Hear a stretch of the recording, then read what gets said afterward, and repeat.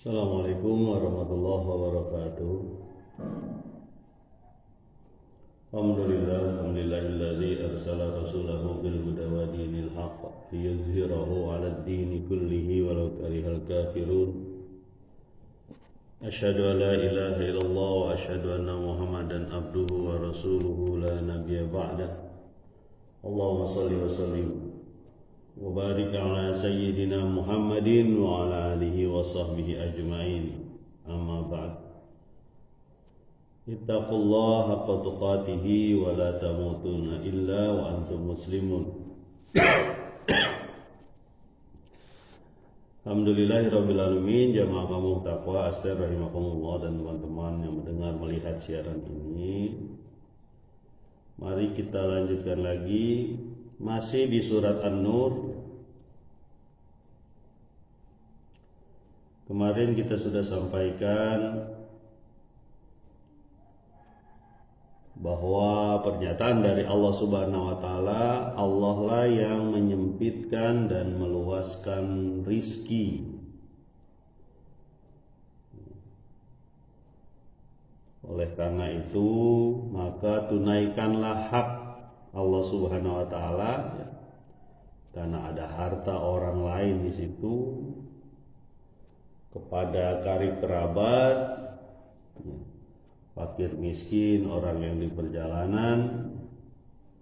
Sesungguhnya itu adalah lebih baik bagi orang-orang yang menghendaki keridhaan Allah Subhanahu wa taala, dan mereka adalah orang-orang yang beruntung. Mari kita lanjutkan lagi di ayat yang ke-38 surat Ar-Rum. Bismillahirrahmanirrahim. Fa'atidhal 39 wa ma ataitum mir ribal liyarbu fi amwalin nas fala yarbu 'indallah wa ma ataitum min zakatin turiduna wajha Allah fa ulaika humul mud'ifun. Dan tidaklah apa yang engkau berikan dari riba kepada manusia agar menambah hartamu, maka itu tidak pernah menambah di sisi Allah. Dan tidaklah harta yang kamu berikan berupa zakat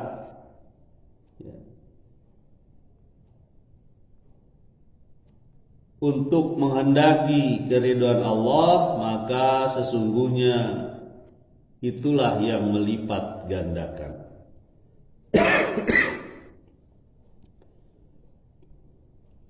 Nah, ini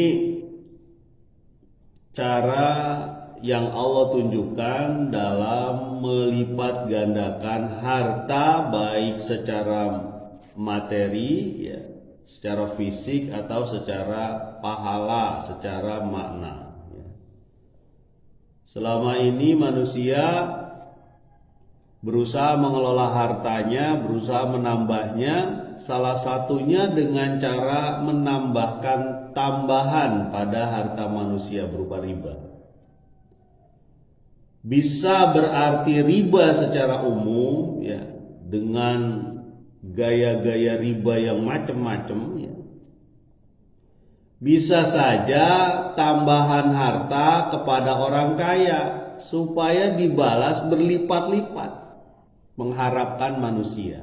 Misalnya kita datang ke satu orang kaya, kemudian kita beri hadiah dengan maksud dia akan membalas hadiah itu kepada kita secara berlipat-lipat. Itu riba. Yang dimaksud tambahan tuh begitu. Jadi wa ma ataitum mir riba liyarbuwa fi amwalin nas. Dan tidaklah tambahan yang kamu berikan kepada harta manusia untuk melipat gandakan hartamu, kira-kira begitulah. Jadi kan ada perilaku manusia begitu, ketika datang ke orang-orang yang mungkin punya jabatan lah, pejabat lah, pengusaha lah, orang kaya di kampungnya dan sebagainya, diberikan hadiah supaya apa? Supaya dia akan memberikan balik dari kita. Nah, itu mengharap manusia. Ya.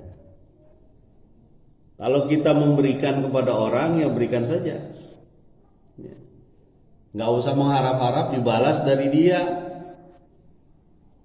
Ya.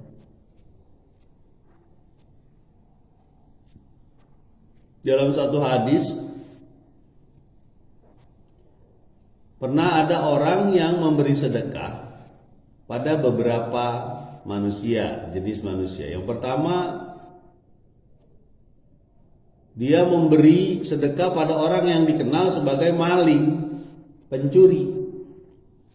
Ya, orang kampung itu tahu bahwa dia itu pencuri, tapi orang ini memberi sedekah kepada dia. Pagi-paginya orang-orang ramai ngomong, ini orang sedekah sama pencuri, sama maling. Ya. Selanjutnya dia tetap memberi sedekah, jatuh juga sedekah kepada wanita pelacur, ya, zina. Orang-orang udah pada tahu tuh. Pagi-paginya orang-orang ngomong, nih orang sedekah sama pelacur, sama pezina. Sia-sia tuh sedekahnya, sedekah sama orang maksiat begitu, kira-kira begitu. Besoknya dia sedekah lagi, jatuh kepada orang kaya. Dia kasih sedekah. Kemudian pagi-paginya orang ngomong, orang bonghar dikasih sedekah. Gak ngeliat apa gitu. Ya, dia tetap melakukan sedekah. Nah, keterangan selanjutnya dikatakan bahwa orang yang mencuri itu diberi sedekah, sadar ini orang mau memberikan sesuatu kepada saya yang udah dikenal sebagai orang brengsek. Dia mau memberikan kebaikan kepada saya. Mana saya bisa begini? Setelah itu pencuri itu tobat. Sementara keterangan selanjutnya, pezina itu atau pelacur itu mendapat sedekah, merasakan kebaikan bagi dirinya. Dia sadar, saya melakukan keburukan terus. Ini orang datang mau memberikan sesuatu kepada saya dan tidak mengharapkan apa-apa. Lalu dia bertobat dari pekerjaan pelacuran. Sementara yang orang kaya, keterangan selanjutnya adalah apa? Ini orang mungkin hartanya lebih rendah dari saya, lebih rusak, lebih jelek, tapi dia mau sedekah ke saya, memberikan harta ke saya, dan gak ada embel-embel apa-apa. Tidak ada hubungan bisnis saya dengan dia, kira-kira begitu. Ini bahasa saya, ini ujung-ujungnya bahasa saya ini yang diartikan hadis. Ya. Tidak ada hubungan bisnis, tidak ada apa, dia memberikan sedekah. Saya nggak mau, saya harus lebih baik dari dia. Kalau perlu saya sedekah lebih banyak. Bismillah karena Allah, dia udah memberikan sesuatu kepada saya. Nah, mestinya begitu ya. Kalau memberikan sesuatu udah urusan Allah, kasih saja. Jangan minta tambahan ini riba nih ya. Riba memang ya kalau di sini ya bisa saja dua pengertian ya. Riba dengan cara memberikan tambahan kepada orang kaya, kemudian mengharapkan harta yang banyak dari orang kaya tersebut, atau riba dengan bentuk-bentuk yang lain ya. Yang kita sudah sering sampaikan ya. Ada riba digadai, ada riba dipinjam meminjam. Banyak ada masuk riba atau hubungan tidak benar ketika ijon membeli di waktu muda ya. Makanya saya waktu ada yang nawar pohon pisang apa ya waktu itu. Oh, bukan, ada orang yang menawarkan pisang waktu itu. Nah, kemudian saya beli. Udah Pak, nanti aja kalau udah matang baru saya tebangin. Enggak, saya tebang sekarang gitu. Kalau nanti matang, kalau nanti rugi kan? Sayanya rugi, dia juga nggak enak. Ya. Makanya yang benar itu tunai langsung, jangan. Soalnya nanti ketika matang beratnya kan jadi beda. Mestinya harganya harga matang. Nanti aja beli waktu matang, ya, atau sekarang nggak usah dulu beli waktu matang. Ya. Kalau sekarang kita mau bantu dia, ini ukurannya pinjem, gitu, pinjem uang, balikin lagi waktu uangnya terserah. Ya. Asal niatnya itu bukan jual beli, pinjam jadinya. Jangan sampai dua niat di situ. Bisa saja begitu juga caranya ya. Artinya disebutkan di ayat ini bisa saja dua arti. Kalau niatnya untuk melipat gandakan harta, ya, bukan begitu caranya. Ya. Fala yarbu indallah, itu di sisi Allah tidak berlipat ganda. Di sisi Allah itu sebenarnya sama saja bahkan berkurang ya, dengan cara yang nggak benar.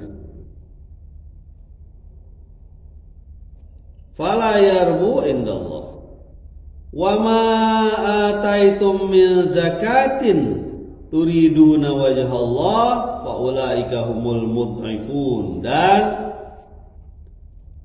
harta yang engkau tunaikan sebagai zakat, sebagai sedekah ya, turiduna wajhallah, untuk keriduan Allah, maka itulah orang-orang yang dilipat gandakan ya.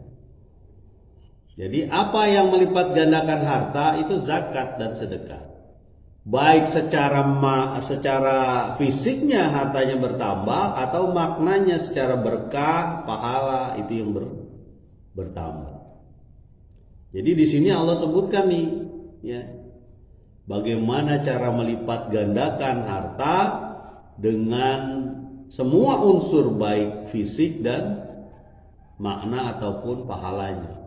Ada keberkahan di situ. Caranya apa? Bukan pakai riba, tapi pakai sedekah, zakat. Waktu itu, walaupun belum secara spesifik kepada siapa saja zakat, kemudian ukurannya juga belum secara spesifik, tapi dasarnya sudah diberikan bahwa memberikan sedekah, memberikan zakat itu adalah bagian dari kita untuk mendekatkan diri kepada Allah. Jamaah kaum taqwa astagfirullah, ayat selanjutnya, ayat yang ke-40 surat Ar-Rum.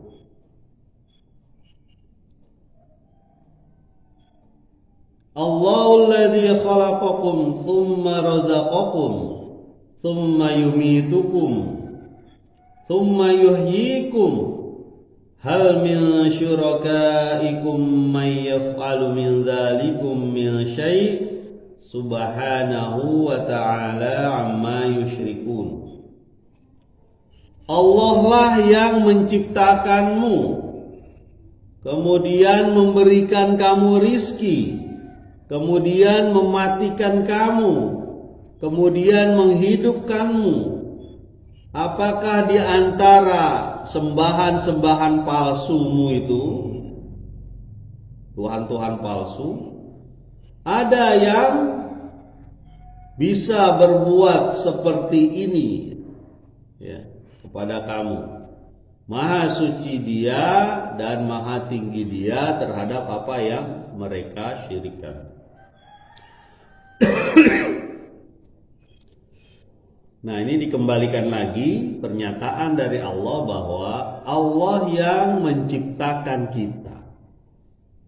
Ya, menciptakan manusia, ya, memberi rupa manusia fi ahsani taqwim, ya, membentuk manusia dari yang tidak ada menjadi ada, ya.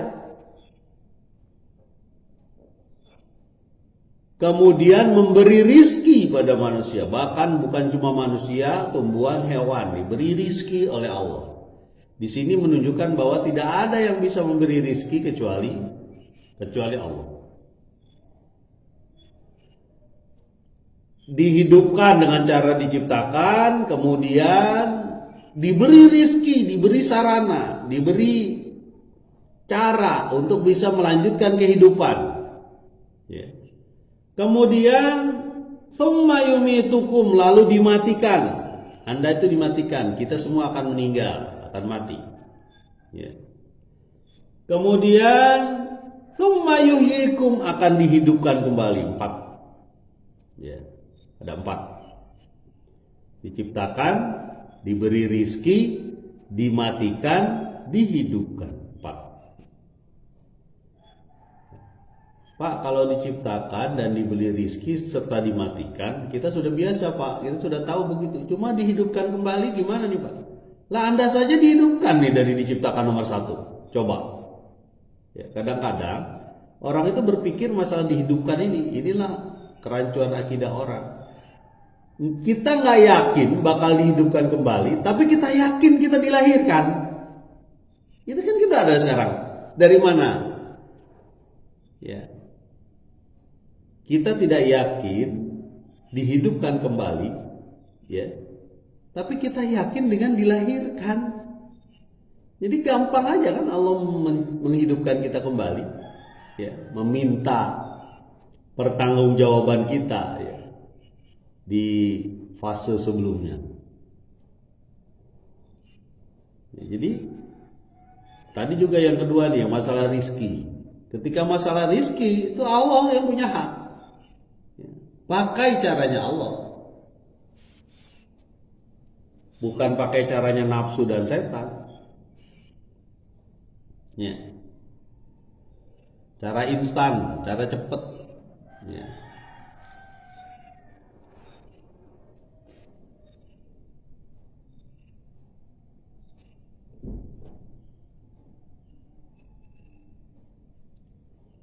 Hal min syurakaikum may yaf'alu min dzalikum min syai'. Bagaimana, adakah di antara Tuhan-Tuhan palsumu bisa membuat hal itu, 4 itu? Enggak bakal bisa. Ya, kita sering sampaikan Tuhan-Tuhan palsu itu bukan cuma Tuhan yang kelihatan, ya. Ada patung, ada gunung, ada manusia, ada jin, ada manusia, ya, dukun, ada raja, bisa raja disembah. Dan yang gaib juga, ada malaikat disembah, ada jin disembah, ya. Ada hewan-hewan, ya, yang dijadikan sembahan, ya. Nggak boleh disentuh, karena dia Tuhan, dewa lah. Ada juga gejala alam, ya, misalnya bukan gejala alam, gambaran alam, laut lah disembah, ya. Sungai, pohon besar, ya. Begitu, gunung, ya. Kan ada tuh tradisi melempar makanan apa tuh di kawah gunung. Sayang amat. Masalahnya itu dijadikan wisata lagi. Jangan ngikut tuh, nggak usah datang yang kayak gitu. Pas kita menikmati gambaran alam, lalu ada prosesi kayak gitu, mendingan kabur dari situ, keluar. Ada yang menyembah jin, ada yang menyembah kekuatan dia, Saya pernah ngeliat tuh di media sosial ya. Ada orang mau ribut, goloknya dibacok-bacok ke dia dulu. Nggak mempan. Ya. Yakinlah kalau begitu itu jin. Ya. Makanya kalau ada orang, wah ilmu gitu, saya dapat ini itu, wah bisa sirik itu. Ya, saya mendengar tuh siapa yang ngomong, saya lupa. Beberapa aliran dalam bela diri itu ada yang pakai jin. Itu juga penyembahan. Jin itu nggak boleh menghamba kepada manusia. Jin itu hanya menghamba kepada Allah. Kalau yang mau menghamba atau pingin dihamba oleh manusia itu berarti syirik gitu. Gak cuma jin, dukun juga begitu. Ya. Termasuk aturan bisa jadi sembahan manusia itu. Termasuk istri kita bisa jadi sembahan kita kalau dia menganjurkan kita yang buruk dan kita lakukan. Itu berarti Tuhan kita tuh istri. Ya. Makanya cari istri yang solehah ya. Coba lihat tuh, ada salah satu Perdana Menteri negara X. Saya nggak sebut negaranya. Masuk penjara gara-gara apa? Biasa menuruti keinginan istri. Gelangnya kemana-mana, beli tas yang puluhan juta. Ya. Akhirnya suaminya korupsi dengan cara apa? Kerjasama dengan satu negara, yang negaranya itu memberi bantuan, bahasa lain dari utang, dan dia dapat persenan. Ada negara X lah, saya nggak sebutin negara mana. Itu bisa jadi manusia itu jadi sembahan itu. Kalau kita menuruti sesuatu yang dia suruh, dia perintah, dan itu buruk. Allah tidak sayang, tidak ridho dengan itu. Bisa jadi sembahan. Nah, Tuhan palsu ini nggak bisa melakukan 4 hal itu. Menghidupkan, memberi rizki, mematikan, menghidupkan lagi. Karena rizki dari Allah.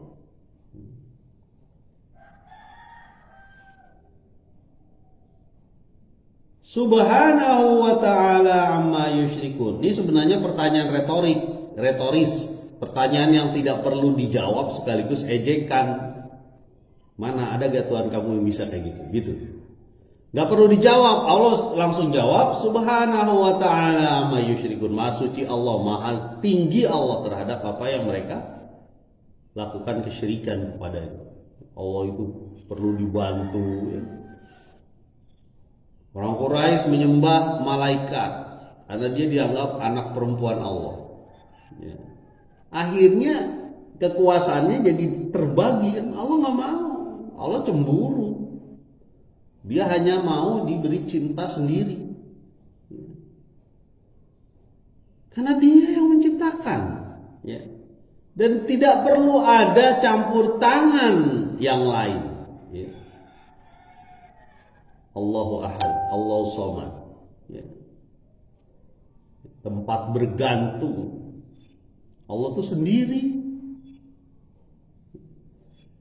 Makanya ini kita perlu mencegah kerancuan akidah atau kerancuan keimanan kita. Ya. Makanya tadi pertanyaannya itu pertanyaan retoris, pertanyaan yang tidak perlu dijawab. Ya.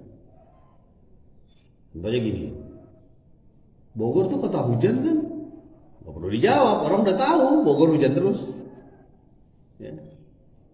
Kalau ini bahasa lainnya, kalau Allah menyebutkan ini, ada gak yang mampu tuh? Tuhan-Tuhan yang kamu sembah itu ada gak yang mampu kayak gitu? Maha suci Allah, maha tinggi Allah, jauh ya, terhadap apa yang mereka syirikan. Termasuk dia menyembah harta, itu bisa jadi Tuhan harta itu. Harta itu gampang aja dibenamkan oleh Allah ke dalam tanah ibarat. Mudah bagaimana? Ya, kan pernah saya sampaikan dulu ya. Masih ingat nggak mungkin kisahnya yang 570 juta ya. Dia harus keluarkan untuk pengobatan anaknya yang kena narkoba. Masih ingat mungkin? Persis uangnya segitu. Itulah uang yang dia korupsi. Di dunia aja udah dibalas. Ya. Di dunia saja sudah dibalas tuh kalau kita jauh dari cara-caranya Allah. Mudah-mudahan bermanfaat. Subhanakallahumma wa bihamdika asyhadu alla ilaha illa anta astaghfiruka wa atubu ilaik. Assalamualaikum warahmatullahi wabarakatuh.